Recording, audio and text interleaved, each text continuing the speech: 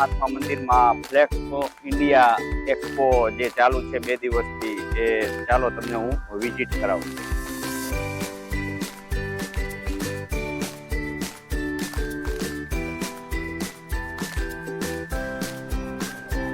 હા, એક્સપો ની અંદર કહીએ ને તો એનજી રેફ્રિજરેશન આર્થિકભાઈ કાવડિયા મારા મિત્ર એ પણ અહીંયા છે. એટલે આ તમે જોવો છો એ જે કઈ વસ્તુ બનાવે છે એ બધું એનું કેવું કામકાજ શું કાંઈ.